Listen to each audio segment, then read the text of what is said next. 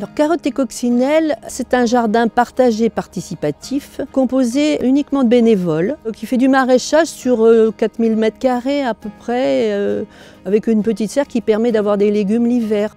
Personne n'a une parcelle, c'est pour ça que c'est participatif et partagé. Depuis 2014, on a développé des liens petit à petit avec les croqueurs de pommes qui viennent faire une taille chaque année. La LPO, nous sommes refuge LPO depuis 2 ans. La ferme de Bonneville, chez laquelle on va travailler en échange de fumier et de paille. Donc ça, c'est un bel échange.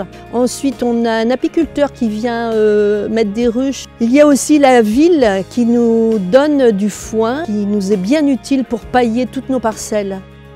Les objectifs de Carottes et Coccinelles sont de faire redécouvrir la nourriture saine aux adhérents, tout en leur faisant connaître la façon de les cultiver, une transmission des savoirs des uns et des autres. Et aussi, l'objectif de Carottes et Coccinelles, ce serait de créer un emploi.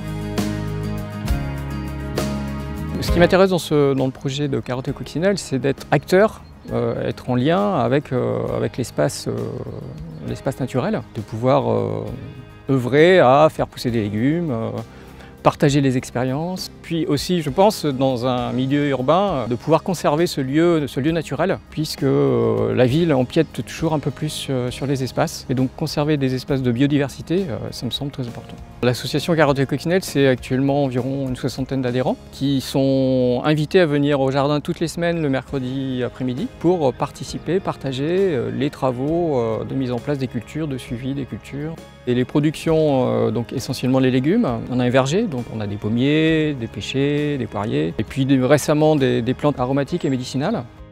Alors l'ensemble des productions de Carottes et Coccinelles sont ensuite partagées à l'ensemble des adhérents de l'association, moyennant une contribution financière, afin d'aider l'association à acheter du matériel, les semences, le terreau, tout le nécessaire pour pouvoir entretenir l'espace. Un jardinier urbain, pour moi, c'est quelqu'un qui habite dans la ville et qui vient se reconnecter à la nature grâce aux espaces que la ville n'a pas encore subtilisés.